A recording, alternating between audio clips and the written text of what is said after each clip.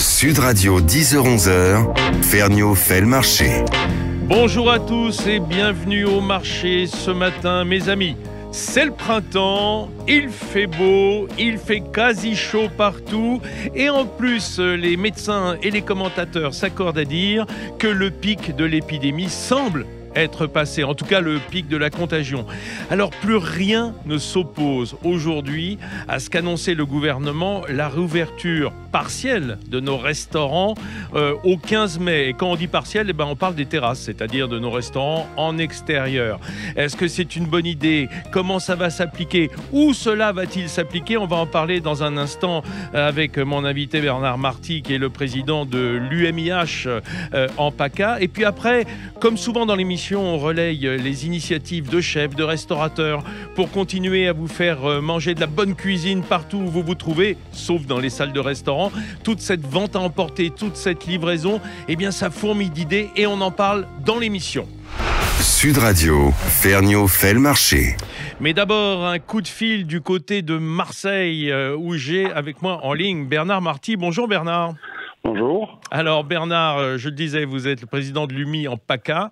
L'UMI, c'est une fédération, enfin comment dire, comment est-ce qu'on dit d'ailleurs c'est l'union des métiers de la c'est l'union, donc oui, l'industrie de l'hôtellerie. Donc c'est l'adhérent, y compris des restaurateurs, des discothèques, des bars, des cafés, avec tout le monde, quoi. Voilà, c'est une des grandes organisations de l'interprofession et qui regroupe combien d'adhérents? C'est énorme ça. On représente 80 000 entreprises. Donc 80 000 entreprises. Ouais. Bon, c'est-à-dire évidemment les restaurants, mais les cafés, les brasseries, l'hôtel également. Enfin voilà. J'oublie surtout pas mes amis des discothèques parce que les discothèques. Et c'est important en Provence-Alpes-Côte d'Azur à l'approche de l'été, les discothèques. On espère qu'ils vont retrouver aussi de l'activité. Alors, comme je le disais en préliminaire, cher Bernard, je vous ai demandé d'être là parce que vous êtes concerné au premier chef par cette réouverture des terrasses annoncée au 15 mai. Bon, les signaux sont plutôt au vert là en ce qui concerne la réouverture. Écoutez, on espère qu'effectivement il le soit, mais comme on a été échaudé, qu'on nous a proposé plusieurs dates qui n'ont pas eu d'effet, on reste extrêmement vigilant. Mais moi, je suis pas surpris et je trouve que c'est un peu tard d'ouvrir le 15 mai, puisque depuis le mois de janvier, moi, je milite pour ouvrir les terrasses, considérant que malgré le temps, malgré tout ça, les gens continuent à se restaurer sur l'espace public, sur des bancs, sur des trottoirs. Enfin, c'est une horreur et je pense que c'était beaucoup plus dangereux que de prendre un repas sur la terrasse d'un restaurant séparé par une table avec un serveur qui porte des masques, parce que dans les restaurants, depuis le début, il y a des gestes barrières et il y a un protocole sanitaire. Alors vous le savez bien, Bernard Marty, parce que en dehors d'être responsable de cette organisation syndicale, alors il faut le signaler, beaucoup de vos confrères sont on va dire pas des fonctionnaires, mais en tout cas des gens qui travaillent dans leur bureau, qui descendent pas dans la rue, qui vont pas toujours voir sur le terrain. Vous êtes surtout restaurateur avant tout, et vous n'avez pas quitté votre restaurant à Marseille pendant toute la crise et le confinement.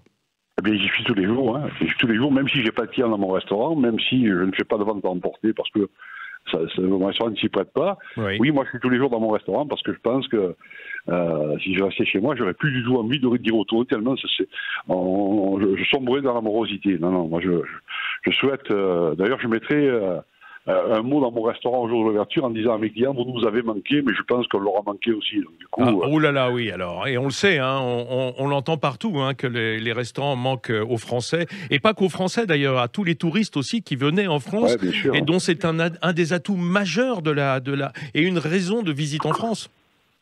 Absolument, bien sûr. Le savoir-vivre à la française.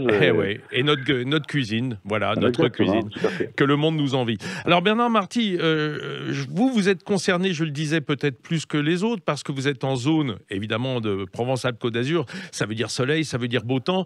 Ça veut dire que même si la réouverture est contingentée aux terrasses, ça suffit pour avoir une vraie activité? Ben écoutez, ça amorce la pompe, et ça crée les conditions de retrouver de la clientèle, et puis je vous assure que avec le beau temps, puisque nous on est un peu plus concernés que les autres, je crois que pas trop en ce moment, parce que le sud-est est quelque peu pluvieux ces derniers temps. Ah oui, oui. Et puis il y a eu des gelées aussi. Oui, il y a eu des gelées terribles. Il vaut mieux se regrouper dans un restaurant parce que les gens dans tous les cadres sont regroupés sur l'espace public Oui. et que voilà, il vaut mieux limiter les lieux dans lesquels les gens se regroupent, c'est-à-dire dans les restaurants avec des règles que nous disions, plutôt que les gens vont sortir, ils vont pas rester chez eux. D'ailleurs, on voit le confinement, c'est un confinement déconfiné. Hein. Disons-le clairement, en ville, il y a toujours autant de gens que ce qu'il y en avait hier. Je vous laisse libre de vos commentaires, parce que la situation à Marseille, elle est peut-être aussi différente de d'autres endroits en France. Hein. Je veux dire, chaque région a évidemment ses spécifications.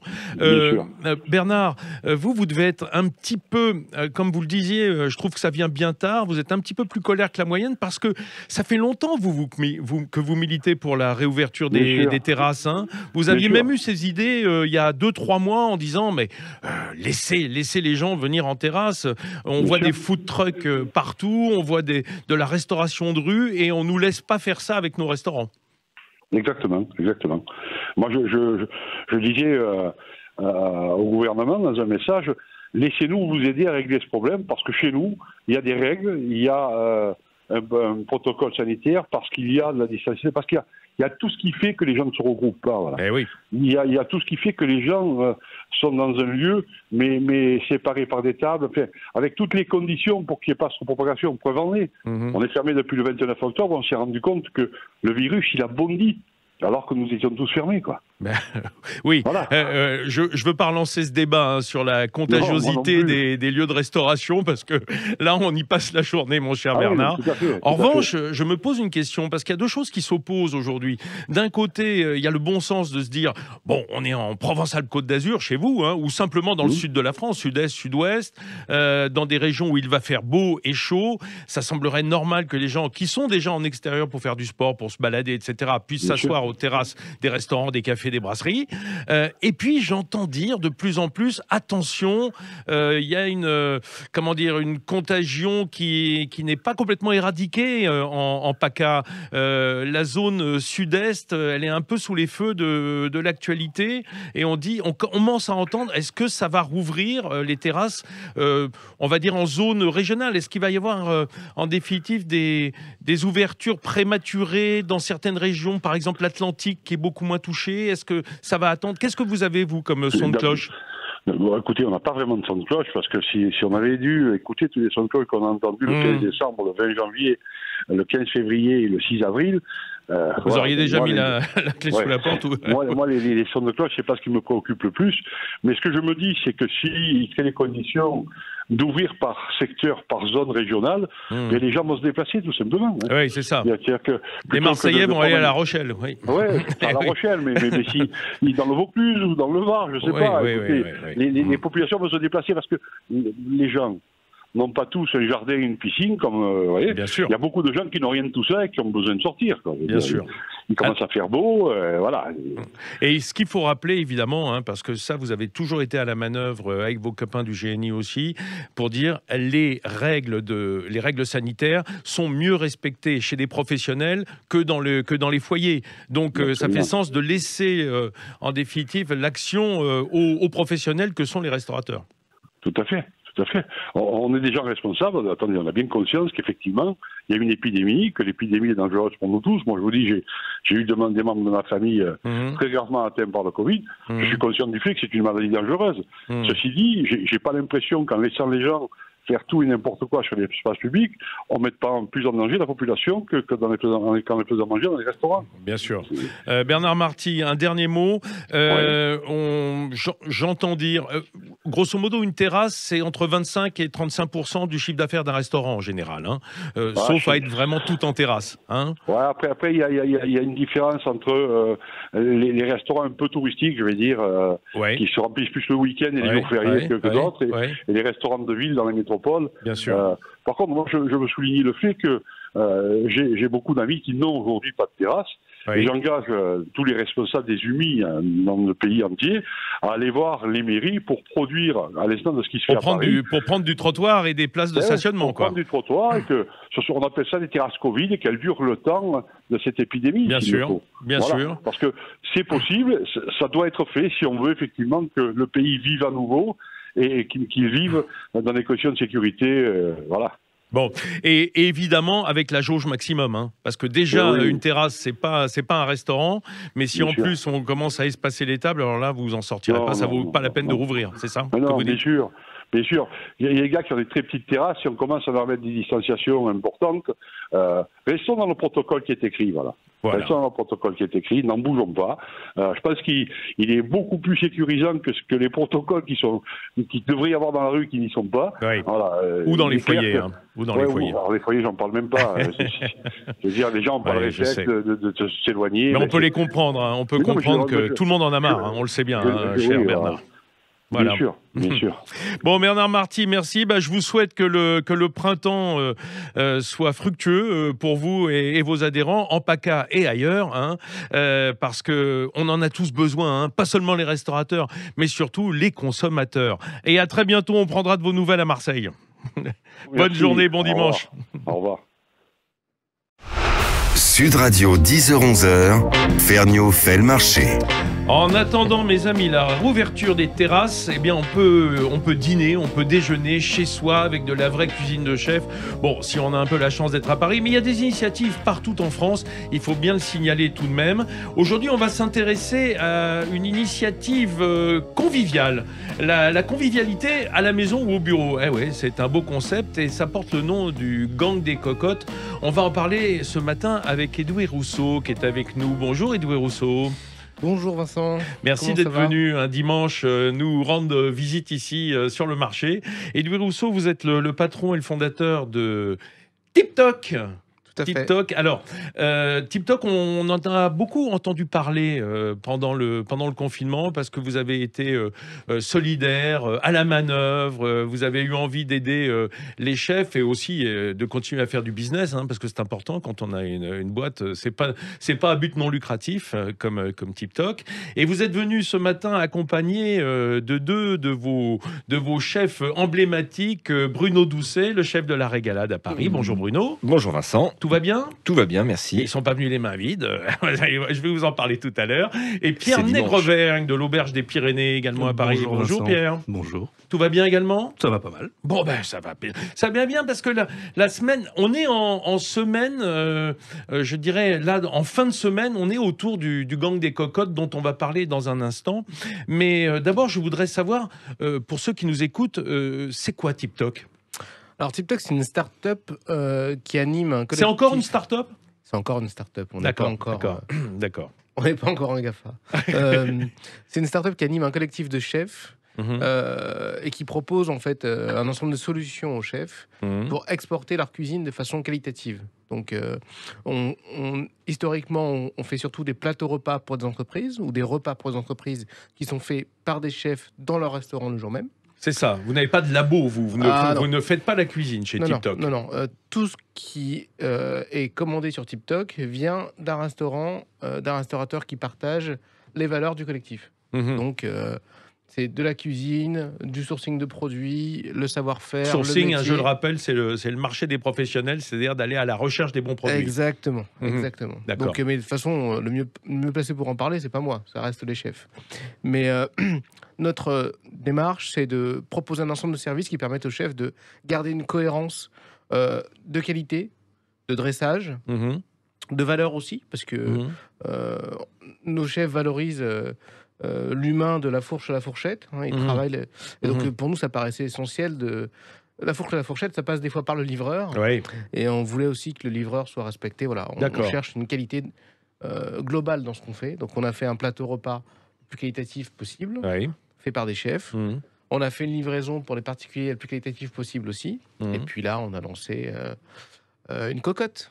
Mais Edoui, excusez-moi, pour que les choses soient bien claires, par rapport à un Uber Eats, Deliveroo, des gens qui ne font que de la logistique, que de la livraison, c'est quoi le plus de TipTok, par exemple ? Alors, très simplement, nous, on raisonne plutôt comme une réponse du métier et des restaurateurs de notre gamme à ce genre d'initiative, à ce phénomène d'ubérisation. Donc, la différence, c'est qu'on a des livreurs qui sont salariés, et on fournit des emballages de qualité aux restaurateurs, donc, le plateau repas, les contenants pour livrer des clients particuliers, mais aussi les cocottes dont on pourra parler. Donc, c'est vraiment un positionnement qualitatif. Oui. Avec nos amis restaurateurs. Et d'ailleurs, on a un conseil de surveillance dirigé par les restaurateurs pour garantir le fait que les intérêts de TipTok sont complètement alignés avec ceux des restaurateurs. C'est un collectif de restaurateurs. C'est pas. C'est un outil plateforme. Pour un collectif de restaurateurs. Alors, donc, si je comprends bien, c'est que vous êtes, en plus d'être de livrer des plateaux repas ou simplement de la bonne cuisine, de la bistronomie, hein, parce que c'est un peu votre ADN, vous êtes en plus prescripteur et sélectionneur, en quelque sorte, un peu comme un guide gastronomique qui livrerait ce qu'il préconise. On est... alors, il faut faire attention à ce qu'on dit, mais... Non, mais enfin, si on prend l'exemple de ces grosses boîtes de livraison, ils ne sélectionnent rien du tout. Tous ceux qui veulent y aller, et on peut vendre de la saloperie, ils n'ont pas de biais pour sélectionner les bons restaurateurs. On refuse beaucoup plus de restaurateurs ou de gens qui veulent se faire passer pour des restaurateurs qu'on en accepte, évidemment. Bruno Doucet, comment ça a démarré chez TipTok, vous ?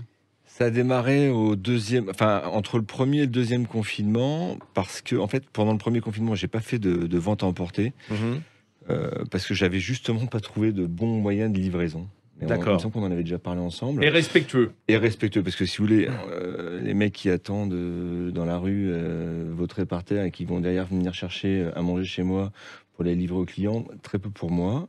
Très peu pour ma clientèle aussi, parce que j'en ai parlé aussi avec ma clientèle. Donc j'ai cherché, et puis j'ai trouvé, j'ai été mis en relation avec Thomas, qui est un des cofondateurs de TipTok, et puis Louis, et puis on a trouvé un accord, et puis plus ça va, plus on avance ensemble. Donc ça, c'est plutôt agréable. Et puis, mais ce que je tenais à dire par rapport à ce que Edoui disait tout à l'heure sur la présentation, c'est vraiment un vrai partenaire. Ils vont pas nous amener plus de clients. C'est pareil. Par contre, en revanche, c'est un vrai partenaire, aussi bien sur le soutien logistique, sur le soutien de la livraison, le packaging. Alors, le packaging, on travaille pas tout avec eux non plus, bien sûr. Pour des raisons, mais enfin voilà. Et surtout, ce qui est super important avec TipTok, c'est l'outil informatique aussi, parce qu'on a un système de livraison avec lequel on travaille. Il n'y a rien à dire. Ah oui, si on a un souci, ça roule. On a un souci, on a une plateforme, on a des gens, il y a des jeunes gens qui travaillent avec vous. Je suis pas là pour passer de la pommade dans le dos de TipTok, mais vraiment, moi, j'ai commencé à travailler avec eux parce que ça me paraissait bien et aujourd'hui, je leur recommande, vraiment. Pierre Nègrevergne, de votre côté, je vous posais une question qui est j'espère pas embarrassante. On sait que le vrai problème aussi de ces gros livreurs, je disais Deliveroo, Uber Eats, parce que c'est les deux gros, c'est la marge qu'ils vous prennent. C'est-à-dire, au fond, ce que ça coûte. TipTok vous laisse gagner votre vie ? Oui. Franchement, c'est vraiment... c'est donnant-donnant. C'est un partenariat. C'est un vrai partenariat, absolument. Et moi, j'ai rencontré TipTok via... on me l'a recommandé. J'ai appelé Bruno pour lui demander ce qu'il en pensait. Il m'a dit, écoute, moi je suis dedans, je l'ai bien vu. Et puis c'est Emmanuel Dupes qui a planté le clou. Emmanuel Dupes, le patron de Staub. Voilà. Staub, celui qu'on aura tout à l'heure en ligne. Je lui ai demandé de nous passer un petit coup de fil. Exactement. Il est venu me voir, il m'a dit, ça serait bien que tu fasses partie de l'aventure. Et voilà, l'histoire, elle est venue comme ça, aussi simplement que ça. Alors, comment ça fonctionne justement, Edoui qu'est-ce que vous facturez au chef pour le service que vous leur apportez ? Trop. Pardon. Je voulais pas le dire. Non, mais soyons clairs, pour ceux qui nous écoutent, qui sont restaurateurs et qui aimeraient rentrer dans votre équipe. En fait, on facture des frais qui sont différents en fonction de si c'est une opération de click et collect, pour parler français, ou de livraison. D'accord. Donc, très simplement, le restaurateur a ses produits. Si le client commande en click and collect, on prend de l'ordre de 3%. Il y a un mot français pour click and collect ? Click et collect. Ah oui, cliquer et collecter. Exactement. Oui. Bravo. J'ai essayé de le dire dès la première fois et j'ai ripé. Et si c'est une livraison, c'est plus de l'ordre de 7%. Voilà. L'usage pour les acteurs que vous avez décrits, c'est plutôt 25-30. Exactement. Oui, on le sait bien. Sans compter la concurrence qu'ils organisent avec ce qu'on appelle les dark kitchens maintenant. Ah, les dark kitchens. C'est quoi une dark kitchen pour ceux qui nous écoutent ? Une dark kitchen, c'est un faux resto, en fait. Un faux restaurant, c'est un laboratoire de production alimentaire, plus ou moins industriel, qui se déguise en restaurant. Donc, ça ne peut être personnel. Qui va prendre une marque ou qui va agir sous le nom de quelqu'un. Exactement. Donc, ça se voit. On peut tout voir sur YouTube. Ça fleurit, mais demain, vous vous connectez sur une des applications que vous avez décrites. Vous verrez en premier des restaurants qui vous semblent tout à fait normaux, mais qui ne sont pas des restaurants. Mais c'est pas toujours un signe de mauvaise qualité. Il peut y avoir des dark kitchens très bien faites. Au-delà de la qualité, c'est juste que c'est un grand sac où on met, c'est un fourre-tout, quoi. Voilà. Nous, on parle pas de qualité. Nous, on parle de quel monde on veut demain. Quels acteurs on veut valoriser, quels acteurs on veut voir recruter des jeunes et les former, quel métier on veut pour demain. Voilà. Je crois que c'est le plus important, en fait. Aujourd'hui, dans notre métier, excuse-moi, je prends la parole. Oui, Bruno Doucet. Parce que c'est vraiment quelque chose qui m'interpelle. Aujourd'hui, via des gens comme Yves Candebord, parce que c'est comme le créateur de la bistronomie. Je reviens toujours à lui parce que. C'est celui qui a créé la régalade dont vous êtes le patron et le propriétaire aujourd'hui. Voilà. La transmission que l'on fait dans nos bistrots aujourd'hui, c'est énorme. Et c'est des choses qu'on ne retrouvera pas dans les dark kitchens. Aujourd'hui, ils ont des ouvriers polyvalents. Voilà. Je suis pas là pour démonter les dark kitchens ou quoi que ce soit. J'ai pas de billets à prendre là-dedans. Vous avez des vrais cuisiniers, quoi. On a des vrais cuisiniers et on les forme. C'est juste ça. Moi, s'il y avait un truc à retenir des dark kitchens, c'est ça. Pardon. Pierre Nègrevergne, par ce biais de cette vente par livraison, etc., beaucoup d'entre vous ont pu rester simplement ouverts. Et continuer leur activité, alors que d'autres ont fait le choix de fermer purement et simplement, de vivre des subventions et du chômage partiel. Vous arrivez à en vivre avec ce biais ? On survit, on va dire. On survit. Oui, c'est ça. Maintenant, ça nous permet de garder un lien social, ce qui est hyper important, de retrouver nos habitués, mais aussi également d'avoir de nouveaux clients. Voilà. Donc ça, les gens qui ne seraient pas venus, en tout cas, qui ont un accès facilité. Absolument, qui ont découvert à votre cuisine, via Internet, via les articles dans la presse, etc. Et donc, du coup, on développe une nouvelle clientèle. C'est hyper important. Je précise juste que pour nous, la boucle est bouclée quand cette nouvelle clientèle se déplace ensuite chez vous. Oui, c'est ça. Restaurant. Alors ça, on verra après. Ça, il est un peu tôt pour le dire. On va le voir après. En clic et collecte ou futurement, on va dire, dans les salles. Pour moi, c'est un pari. Pour moi, j'ai parié là-dessus. C'est un développement, en fait. Nous, on l'a déjà vu. C'est-à-dire que ça fait 5 ans que nous, on opère. Et ça fait 5 ans que, par exemple, quand des clients découvrent un chef avec un plateau repas qu'ils ont dans leur entreprise, ils gardent la carte du chef et ils vont ensuite découvrir sa cuisine. Oui, voilà. qui est plus étendu que ce qu'on livre, évidemment. On le sait bien, une carte de restaurant. Allez, ne quittez pas l'affaire, messieurs. On va se parler dans un instant de ce fameux gang des cocottes qui sévit à Paris et qui donne des idées à beaucoup de restaurateurs. À tout de suite. Sud Radio, 10h-11h, Ferniaud fait le marché. Et oui, ce matin sur le marché, eh bien, il y a du chef qui n'en veut. Bruno Doucet qui est avec nous de la Régalade, Pierre Nègrevergne, l'Auberge des Pyrénées, de beaux restaurants de bistronomie parisienne ou régionale, selon qu'on parle de ce qu'il y a à la carte ou de la localisation, bien sûr. Et Edoui Rousseau, le patron de TipTok, qui permet à tous ces chefs de livrer. Voilà, de livrer à domicile, au bureau, sur des lieux autorisés par les règles sanitaires, bien entendu, et on fait super gaffe en ce moment. Alors, je vous ai fait venir, messieurs, parce qu'on a compris dans le quart d'heure précédent ce qu'était TipTok et quelle était son action. Et puis, il y a eu une idée qui a germé, et moi, elle m'a plu, celle-là, plus que les autres encore. C'est l'idée qu'on ne livre pas des portions uniquement pour une personne. Voilà, le côté chacun sa petite boîte, chacun son petit Tupperware ou son bocal ou sa barquette. Moi, ça me gêne un petit peu, alors qu'on est en recherche de convivialité, on est en recherche de vivre ensemble. Ça nous manque tellement avec la fermeture administrative des restaurants. Et du coup, est né ce gang des cocottes. Edoui Rousseau, alors comment est-ce qu'il est né, ce gang des cocottes ? Alors, c'est une histoire incroyable, mais celui qui peut le mieux en parler, je pense que c'est plutôt peut-être Bruno. Ah ouais, Bruno Doucet, c'est lui. Il était à la genèse. On on est tous les quatre chefs qui sommes qui forment ce gang. On est oui, tous parce à qu'il faut citer ouais, les. Il y a Stéphane Gégaud. Stéphane Gégaud. Hein, et puis Franck Baranger, pardon. Jean et Franck Baranger, Pantruche. Voilà. Et on est tous à la genèse de ce gang. On s'est tous réunis à un moment donné. Moi, c'était quelque chose qui via Emmanuel Dubs de chez Staub. Oui, qui sera avec nous tout à l'heure. Voilà. Oui. Nous, on a toujours servi notre cuisine depuis 3-4 ans. On sert notre cuisine aussi bien à la régalade qu'à emporter dans des cocottes. Ah oui, en cocotte à table. En cocotte, oui. Voilà, un pigeon, 2 pigeons. Hop, on mettait les 2 pigeons désossés dans voilà. Et puis c'est comme on dira ce qu'on veut, mais c'est convivial. Le côté convivial est là, c'est le côté bistronomique, le côté chaleur est là. Et moi, il y a un moment donné, servir de la bouffe dans des barquettes en plastique. Comme dirait, c'est comme boire un vin serait-il grand dans un gobelet. Quoi. Dans un gobelet, voilà. Et il y a un moment donné, c'est ce que j'ai dit, on s'est dit, il faut qu'on fasse autrement. On en a parlé avec les gens de chez TipTok. On a avec Thomas Bouvier, avec Edoui, on s'est dit on va se réunir et pourquoi on ne servirait pas ça en cocotte et faire un gang où on sert notre nourriture 3 jours ou 4 jours par semaine dans une caisse avec une entrée, un plat, un dessert. Et une caisse. Ouais, une caisse, enfin tu verras. Vous verrez, pardon. C'est important d'en parler aussi. Ouais, c'est une caisse avec 2 codes barres où quand elle part, on la scanne avec notre téléphone. Le client arrive, il a notre code barre pour savoir exactement ce qu'il a dans sa caisse et l'explicatif et le mot du chef. Et puis quand elle revient, voilà. Bon, ça c'est pour des histoires de logistique. Pierre Négrevin, il voulait parler de la caisse.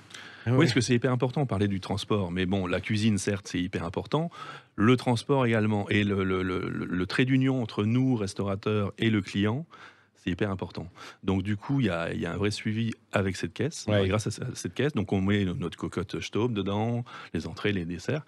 Ce que disait Bruno, c'est il y a un flash code, et du coup, il y a des tutos. Et c'est hyper. Ah ouais. Ouais, voilà. Donc on fait des petites vidéos où on explique. Il y a la notice explicative. Ouais, c'est ça. Voilà. Donc ça c'est hyper chouette. C'est exactement dans la continuité de TikTok. Ouais. Si je peux me permettre, parce que c'est pas des mecs en scooter qui viennent chercher, c'est pas possible, hein, une caisse comme ça qui pèse 10 kilos. C'est des gens qui viennent chercher cette caisse. Il y a elle est propre. C'est des cocottes Staub qui sont gravées TikTok. On a un explicatif en plus. Il y a un vrai suivi. C'est pas une barquette à 9,90. Oui, d'ailleurs, je me disais en vous écoutant, c'est vrai qu'une pizza, c'est pas très grave, hein, c'est plat, donc dans une boîte en carton, ça souffre pas. Mais quand on commence à faire de la cuisine un peu élaborée, c'est bien d'avoir une boîte en fonte. Voilà. Cette cocotte, elle est utile, Pierre. Oui, complètement. Ah mais moi je suis fan. Je suis fan parce que j'adore. J'adore la cocotte, j'adore le cuisiner déjà. Mais bon, c'est depuis très longtemps. Moi, ça fait partie de mon ADN, donc. Et donc je suis heureux de participer à cette opération parce que en plus c'est du partage et comme vous le disiez tout à l'heure, on pose le plat au milieu de la table, on partage. Et combien de personnes on fait dans nos restaurants? C'est des repas pour combien de personnes? Ça commence à 3 parce que les cocottes sont assez larges et on peut monter à 8, 10. En fait, c'est suivant ce qu'on va mettre dedans. Il y a différentes tailles de cocottes, Edoui Rousseau. En fait, si vous commandez pour disons 15 hors période de crise sanitaire, attention, c'est 2 cocottes. D'accord. 2 cocottes, tout simplement. 2 cocottes de 8 personnes. Exactement. On monte jusqu'à 7. C'est jusqu'à 7. Oui, d'accord. Et après, ça dépend ce qu'on va mettre dedans. C'est toujours pareil. Ah, ça veut dire que le 15e mangera rien alors s'il y a 2 cocottes de 7. Le 15e, il sera après, si c'est une cocotte si c'est une cassolette de homard ou si c'est une cassolette de volaille. C'est le nombre de pièces. Voilà, Bien sûr. Mais c'est. Et ce qui est super important, c'est que pour la réchauffe, c'est juste génial. Ah, voilà. Magnifique. Le client arrive, ça arrive chez le client, ils ont le temps de prendre l'apéritif et de manger l'entrée, ils prennent la cocotte, ils la mettent sur le gaz ou sur l'induction, selon ce qu'ils ont. Et pendant ce temps-là, ça chauffe tout doucement. Et ça mijote. Et c'est ce qu'on attend d'une cocotte. Mais voilà, mais alors du coup, Edoui Rousseau, ça vous coupe d'une certaine clientèle. Parce que autant la barquette, qu'elle soit en carton ou en matière plastique, même recyclable, hein, même compostable, ça marche au micro-ondes. Donc c'est le marché des bureaux. C'est difficile au bureau d'avoir une plaque induction ou à gaz. Donc il n'y a pas beaucoup de cuisine qui se fait sur le lieu de travail ici. Alors, il faut se détromper parce que j'ai dû faire, moi, la semaine dernière, une réunion avec un chef sur les cocottes. Et il a ramené une cocotte. Et nous, on a pris juste une petite plaque. Vous avez dégroupé On a pris une plaque et puis on réchauffe sur le bureau. D'accord. Et c'est une plaque que nous, c'est une plaque électrique, là. Exactement. La petite plaque. On loue à nos clients entreprises. Ah oui, vous livrez aussi la plaque éventuellement. Oh, bah c'est merveilleux ça. Alors, bon, on a parlé beaucoup du contenant et dans 5 minutes, on va avoir Emmanuel Dupes, le patron de Staub, pour qu'on parle effectivement de cette cocotte. Qu'est-ce qu'il y a à l'intérieur? Parlez-moi, faites-moi un petit peu rêver, Bruno, Pierre Négrevin, faites-moi rêver. C'était quoi cette semaine? Parce que c'est fin de semaine, hein, c'est jeudi, dimanche. Jeudi, dimanche. Mais Vincent, vous savez pas, mais quand vous allez rentrer à la maison tout à l'heure, votre femme vous dira j'ai fait à manger, mais en fait c'est nous qui avons fait à manger. Vous avez une cocotte qui a été non c'est pas vrai. Bah, non c'est pas vrai. Elle va être mais contente. Si vous aviez commandé, alors chez moi quoi cette semaine? Cette semaine, alors c'était bouillon crémeux d'asperges vertes et feuillets de haddock. Donc ça c'est l'entrée. Ouais. Les 4 assiettes, enfin les assiettes arrivent faites. Il n'y a plus que la soupe à faire chauffer, à verser dedans. Ouais. Et après c'était une volaille jaune des Landes cuisinée au vin jaune et aux morilles. Aïe, aïe, aïe. La volaille jaune, le vin jaune, et les morilles blondes aussi, donc tout en jaune, quoi. Tout en jaune, et voilà, donc ça. Et en dessert, c'était notre riolet qu'on aime et qu'on continue à faire. Mais recette régalade. Le riolet du resto. En fait, très sincèrement, je pense que on fait pas mieux qu'au restaurant. Enfin, on fait ce qu'on envoie aujourd'hui. Il n'y a pas le service. Bien sûr, il n'y a pas le service, il n'y a pas l'ambiance. Oui. Mais l'ambiance, je pense que quand un dimanche midi, quand on arrive à la maison et qu'on fait une cocotte pour 4 ou 6 personnes, l'ambiance, je pense qu'elle est aussi bien qu'au restaurant. Pierre Négrevin, c'était quoi cette semaine? Nous, cette semaine, c'était charcuterie de chez Sibia au Hall de Lyon. Oui, au Hall Paul Bocuse, bien sûr. Et puis le cassoulet. C'est quoi comme charcuterie? Du saucisson maigre, de la rosette. Bien lyonnais, quoi, du machon, quoi. Ah bah oui, voilà, absolument. Bon, on reste sur la cochonaille parce que derrière, c'est une des spécialités de l'auberge, le cassoulet. Voilà. Ah bah oui. Donc il y avait charcuterie, autant faire léger pour l'entrée. Voilà. Le bon cassoulet.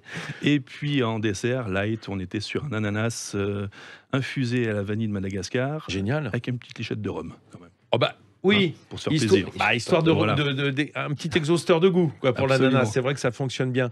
Le cassoulet, ça se vend bien? Oui, toute l'année. C'est incroyable. Moi, j'ai repris cette auberge il y a un peu plus de 2 ans. Oui. C'est une vraie institution et le cassoulet existe depuis 1900. D'accord. Vous le faites au lingot ou au tarbet j'ai fait les deux. J'ai repris, c'était lingot. Je suis passé au tarbet. Et puis je suis. On parle de haricots pour ceux qui ne connaissent pas. Je suis revenu au lingot. Avec ou sans tomate? Avec un peu de tomate. Avec un peu de tomate. Alors voilà, et après, je pense que si j'ai toujours le cassoulet, je pense qu'il y a autant de cassoulet que de grand-mère. Ouais, de recettes de cassoulet les 3 grandes villes, c'est Carcassonne, Castelnaudary, Toulouse. Oui. Vous êtes plutôt de quelle obédience?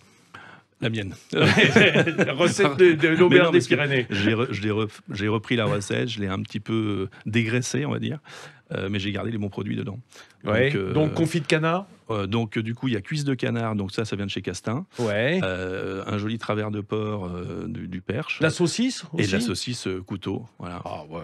Voilà, donc ça c'est bien. Et donc les lingots légèrement tomatés avec 2-3 petits secrets dedans, quoi. Et vous, Bruno Doucet, pour me faire rêver un peu, moi, franc-comtois d'origine, vous mettez vraiment du vin jaune? Ah oui, du vin jaune. Je vais pas, très sincèrement, on met pas un château Chalon, on va pas. Parce que non, ça, bien sûr. On le boit mais à côté. Un bon vin jaune, un Arbois. On met un Arbois qui est assez fort en savagnin et il faut et on en met. Pour cuire nos morilles, on en met pour cuire la volaille. Et surtout, une fois que tout ça c'est cuit, on en met un tout petit coup accru avant d'envoyer. Toujours. Voilà. Et pour assaisonner, quoi. Pour assaisonner. Mais moi, de toute façon, la morille, je connais. Il n'y a pas beaucoup d'autres façons de la manger à part farcie à la rigueur, mais au vin jaune, c'est juste. Et puis c'est une éponge à crème, la morille, on le sait bien. C'est ça. Donc ça rassure. Moi j'ai appris à cuisiner les morilles de toute façon à Besançon, donc chez un chef charcutier, et c'est lui qui m'a appris à cuisiner les morilles. On en faisait à Noël au moment. Une grosse quantité, et c'est comme ça. C'était au Savagnin, on recevait ça dans les caisses. Vous me donnez sacrément faim, messieurs. Trop tard pour commander une cocotte. Mais si, on va commander une cocotte, mais vous savez à qui on va la commander? On va la commander au patron de chez Staub, parce que on a... Le maçon vide. Bien sûr, c'est là où elles sont vides. Ah, mais peut-être qu'il va nous la remplir, Emmanuel Dupes. Allez, on se retrouve dans 1 minute pour parler cocotte. Sud Radio, 10h-11h, Ferniaud fait le marché.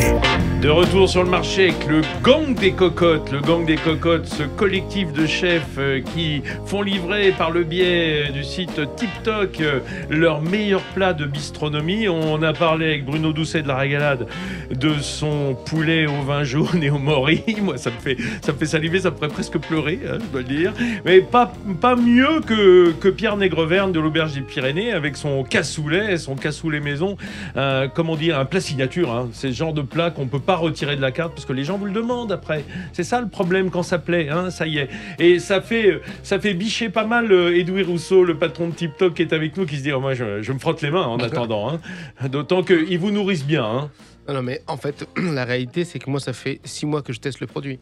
Oui, c'est ça. Donc ça fait 6 mois que je trouve toujours un petit truc. Et ça va jamais. Il faut toujours refaire une cocotte en fin de semaine. Ouais, je suppose que chez vous, continuez. Chez vous, c'est pareil. On a fait le tour. C'est redoutable. Écoutez, puisqu'on parlait de ce gang des cocottes, je me suis dit, il faut parler cocotte. Hein, parce qu'il y a cocotte et cocotte. Et il y a des adeptes de la belle cocotte en fonte. Alors ça, c'est bien que Bruno Doucet disait, c'est parfait pour réchauffer, mais c'est surtout parfait pour cuire. Mais une cocotte, une bonne cocotte, c'est quoi? Alors, je me suis tourné vers le patron d'une très belle marque de cocotte qui est avec nous ce matin. C'est Emmanuel Dupes. Bonjour Emmanuel. Bonjour Vincent. Merci d'être avec nous un dimanche matin pour parler de cocotte, hein, qui est votre produit phare. Hein. Vous êtes le patron de Staub, fabricant de cocottes, et de Zwilich, qui est en fait un fabricant allemand de coutellerie. Zwilich, c'est Solingen. Hein. Pour tous les amateurs de couteaux, Solingen, c'est sacré. C'est le sud de la Ruhr, le pays de l'acier, et donc avec des aciers fantastiques. Et pourtant, vous avez fait le mariage de l'acier et de la fonte, hein, parce que Staub, en revanche, c'est de la fonte. C'est quoi d'ailleurs la fonte? La fonte, c'est un alliage de fer et de carbone. D'accord. C'est super simple, voilà. Voilà. À partir du moment où vous avez 3% de carbone, le fer devient de la fonte. Alors, je devrais demander au chef, mais je voudrais vous demander à vous, c'est quoi la différence entre cuire dans de la fonte par rapport à cuire, par exemple, dans de l'inox pour une cocotte? Ah, allô? On a perdu Emmanuel? Ouais. Bon, Bruno. Déjà, il y a une meilleure répartition de la chaleur quand on met sur une cocotte. Enfin, Pierre, tu m'arrêteras si je me trompe. Mais quand on met une cocotte en fonte sur du gaz, à la place d'une casserole en inox, alors pas le cuivre, mais d'une casserole en inox ou d'une autre matière, la casserole est chaude au même endroit partout au même moment. C'est pas elle est chaude au milieu parce que ça pince pas à certains endroits. Ça passe pas à certains endroits et ça ne fait pas bouillir de l'autre côté. Oui, ça garde le chaud. Vous avez en fait une chaleur douce. On a récupéré Emmanuel Dupes. Voilà, chouette. Il y avait un problème de son. Ouais. Tout le monde connaît la différence entre un chauffage électrique et un chauffage de fonte. Dans les vieux appartements haussmanniens, il y a qui va être sèche et qui ne va pas tenir. Quand vous avez des vieux chauffages aux fontes, ça met un certain temps à chauffer. Et après, vous avez une chaleur douce qui tient. C'est exactement ça, la cocotte. C'est-à-dire qu'on a une chaleur qui va se répartir de façon uniforme et qui va donc, quelque part, respecter l'aliment qui est à l'intérieur. On va pouvoir mijoter longtemps et on va éviter de brûler. Alors, on connaît des marques de cocottes différentes. C'est quoi le plus chez vous, je dirais? Quel est le plus produit pour une cocotte chez Staub? Le plus, c'est les chefs qui l'expriment parce qu'ils veulent du Staub. Donc, c'est plutôt eux qu'il faut leur demander. Oui, mais vous avez sûrement des arguments quand même que les chefs vous le demandent. Alors, ce que les chefs aiment beaucoup dans la cocotte Staub, ce sont deux choses. La première chose, c'est le goût. C'est-à-dire qu'on a un émail mat qui est un émail très spécifique à Staub qui permet de mieux caraméliser. Donc, vous avez ce qu'on appelle la réaction de Maillard qui permet de tourner les sucres et de les caraméliser, que vous ayez des légumes, de la viande. Ça permet de donner plus de goût. L'autre chose, c'est qu'on a des picots. On a un couvercle plat qui est notre spécificité, avec des picots sous le couvercle. Les fameux picots. Qui permet d'avoir ce qu'on appelle un effet d'auto-arrosage avec la condensation. Vous savez que le couvercle est un petit peu plus... Il y a Edoui Rousseau qui le montre à l'image, pour ceux qui nous regardent sur YouTube. Effectivement, on voit les petits picots, bien répartis. Voilà, merci. Il est parfait comme commercial. Et en fait, c'est comme... Vous avez tous fait une grosse volaille au four, et puis vous ouvrez le four, vous prenez une cuillère, vous l'arrosez. Vous fermez le four, vous ouvrez le four, vous prenez la cuillère, vous arrosez. Eh bien, en fait, la cocotte, c'est exactement ça, sauf que vous n'avez rien à faire, ça s'arrose automatiquement. Et c'est ça le secret de quelque chose qui va être tendre, parce que vous êtes continuellement avec les saveurs qui vont retomber sur l'aliment et qui vont faire que quelque part, ça va rester moelleux. Alors, Emmanuel Dupes, pour faire simple, hein, on n'est pas dans un cours de physique, bien sûr, mais on va dire qu'en fait, le picot aide à la condensation de la vapeur, et donc ça va faire un goutte à goutte sur chaque picot. Alors, vous avez certainement, quand il fait froid, vous avez certainement des glaçons, hein, des stalactites sur les bords, par exemple, des toits. Ouais. Et donc, vous avez l'eau qui commence à fondre, qui va à la pointe de ce stalactite et qui tombe. Le picot, ça n'est rien d'autre qu'un tout petit stalactite. Donc, l'eau, elle se rassemble et elle vient se décrocher à la pointe du picot. C'est bien expliqué, ça. Ah, c'est formidable. Bruno Doucet, je sais que vous aimez la marque, vous aimez cette cocotte. Ouais. Il faut se souvenir que c'est Paul Bocuse qui a été le premier à promouvoir ces cocottes Staub. Là. Oui, c'était avec Francis Staub, si je ne m'abuse, à l'époque. Et il a mis son col bleu, blanc, rouge avec, sur chaque... d'ailleurs, on l'a encore aujourd'hui. Oui, sur chaque... Oui, il y a toujours effectivement le petit ruban bleu, blanc, rouge. Et c'est vrai qu'il l'a lancé. Et lui, il l'utilisait dans sa cuisine pour les jus, les choses comme ça. Et même le service, avec des petites cocottes de service à table, et pour les garnitures. Nous, aujourd'hui, on l'utilise encore. Et pour faire les jus de viande, on a 2 grosses cocottes Staub dans lesquelles on fait revenir nos ailerons et notre viande dedans. Et après, pour le service, on l'utilise encore aujourd'hui. Alors, Emmanuel, puisque vous avez les 2 casquettes, Zwillig et Staub, je dirais que oui, Zwillig, c'est du beau couteau allemand, mais est-ce que les Allemands sont contents d'avoir cette belle marque française et est-ce que surtout, il y a un rayonnement vers l'Allemagne et l'international de ces cocottes? Alors, tout à fait. Zwillig fête ses 290 ans aujourd'hui, cette année. On a un groupe qui, sur la vingtaine de dernières années, s'est donné comme objectif, si vous voulez, de rassembler parmi les plus belles marques dans le monde. C'est un groupe familial qui, avant tout, est un groupe qui dessine et qui conçoit des outils, qui produit dans ses usines. Le rachat de Staub en 2008, c'était exactement ça. C'est-à-dire qu'il y a un savoir-faire extraordinaire dans nos collègues de Staub à l'usine. Donc, on produit tout en France. Et donc, on a fait un mariage, si vous voulez, un petit peu des process allemands et du savoir-faire français. Le français est plutôt dans l'intuition, on va dire. La création, l'artistique. Dans l'empirisme. Et l'allemand est plutôt quelqu'un qui ne fait pas confiance et qui a besoin d'avoir de process. Donc, on a mis un certain temps à essayer d'allier les deux. Et aujourd'hui, on a à peu près 93% du volume de la production qui est exporté dans le monde. Donc, il y a un rayonnement de la cocotte Staub. Génial. Parce qu'en fait, une cocotte Staub s'adapte à absolument toutes les cuisines. Génial. Et avec ce nom alsacien, en plus, les Allemands doivent penser que c'est de chez eux. Bah non, voilà, il faut le dire. C'est quand même bien un produit français. Mais ça reste de l'acier. On disait Solingen, c'est l'acier. La fonte, c'est quand même de l'acier aussi. Donc il y a un ADN métallique certain. Il y a quelque chose que les Allemands, quoi qu'ils fassent, on est quand même meilleur. C'est dans l'émotion.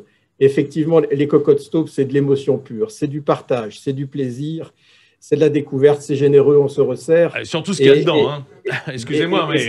Et ça, c'est quelque chose qui est vraiment très français et que j'ai beaucoup apprécié dans ce partenariat qu'on fait avec les chefs et TikTok. Il y a des valeurs. Et ce que je trouve vraiment bien, c'est qu'aujourd'hui, nos restaurateurs, et on vient, nous, du monde de la restauration extrême, sont dans une situation dans laquelle il faut leur donner un coup de main. Et je pense que transporter et pousser les limites du restaurant, soit chez soi, soit au bureau, c'est une très belle initiative. Emmanuel, excusez-moi parce que le temps court, un dernier mot. L'activité, elle ne s'est pas si mal portée à mon avis avec le confinement, les gens chez eux, la cuisine à la maison. Il y a peut-être eu pas mal de commandes de cocottes quand même, non? Alors, on est à fond, on est à 7 jours sur 7 et on n'arrive pas à fournir la demande. Ça, c'est la vérité. Voilà, il y a des secteurs qui souffrent moins que d'autres. Ça fait du bien à entendre, ça. Oui, mais ça fait du bien à entendre. Oui, ça fait du bien, bien sûr. Même quand on est impacté dans son activité, c'est de se dire, bon, le pays n'est pas mort. Voilà, il y a des activités qui fonctionnent. Merci Emmanuel. Messieurs, chers chefs, Bruno Doucet, Pierre Nègreverne, Edouard Housseau. Alors, juste un mot avant de terminer. C'est quoi le menu de la semaine qui vient, là, jeudi prochain? prochain, on pourra commander quoi, la régalade? Des asperges vertes. Non, pardon, du micru-micru de thon rouge. Non, j'ai du thon rouge de Saint-Jean. Micru-micru, c'est pas facile à dire, c'est japonais, thon je pense. rouge, ça dressé sur des assiettes Staub, pas en cocotte, mais sur des assiettes Staub. Et après, ce sera un confit d'agneau de lait du Pays Basque, rôti. Tout vient du Pays Basque la semaine Genre prochaine. Navarin, un petit peu? Non, c'est plutôt de l'épaule d'agneau confite qu'on fait re-rôtir derrière avec plein de légumes de printemps. Donc très fondant. Très fondant, voilà. Très fondant. Et du côté de l'auberge des Pyrénées, Pierre Nègrevergne? On reste dans le tradi. Terrine de foie de volaille, donc je ne fais pas le pâté en croûte, mais terrine de foie de volaille. Maison, hein, vous achetez pas ça non, bien sûr, tout est maison, bien sûr. Et puis joue de cochon braisé. J'aime bien. Façon printanière. Ça aussi, c'est moelleux. Voilà. Hein. Oui, c'est façon printanière, petits légumes. Voilà, les petits légumes, les petits pois, enfin tout ce qui est arrivé en ce moment-là. Eh ben, il est content, Edoui Rousseau, parce qu'il se dit je vais devoir faire des essais encore cette semaine. C'est bien les légumes. Le professionnalisme, voilà. C'est ce qu'il me faut. Merci beaucoup, en tout cas, merci beaucoup, Vincent. Et merci à vous. Merci d'avoir été avec nous ce matin. Je vous souhaite une belle journée, mes amis, une belle journée de printemps, faire le marché, prendre un peu l'air. Et vous voyez qu'en attendant la réouverture des terrasses dont on parlait avec Bernard Marty tout à l'heure, des terrasses de restaurants, première partie de la vraie réouverture des restaurants, brasseries et cafés, faut pas les oublier, et même les boîtes de nuit. Les restaurateurs et les chefs qui le veulent ne manquent pas d'idées pour continuer à vous servir chez vous. On a besoin de cette convivialité à table, hein, même chez soi, hein, ça tombe bien. Le déjeuner du dimanche en famille ou entre amis approche, et il nous est encore permis de rêver un peu. Allez, je vous laisse après les infos en compagnie de Jacques P6 qui reçoit Michel Field, et ensuite Nathalie Schrein-Guirma, c'est ça la France, avec toujours de belles entreprises au programme. Bon dimanche à tous. Moi, le marché est fait, je file à la cuisine.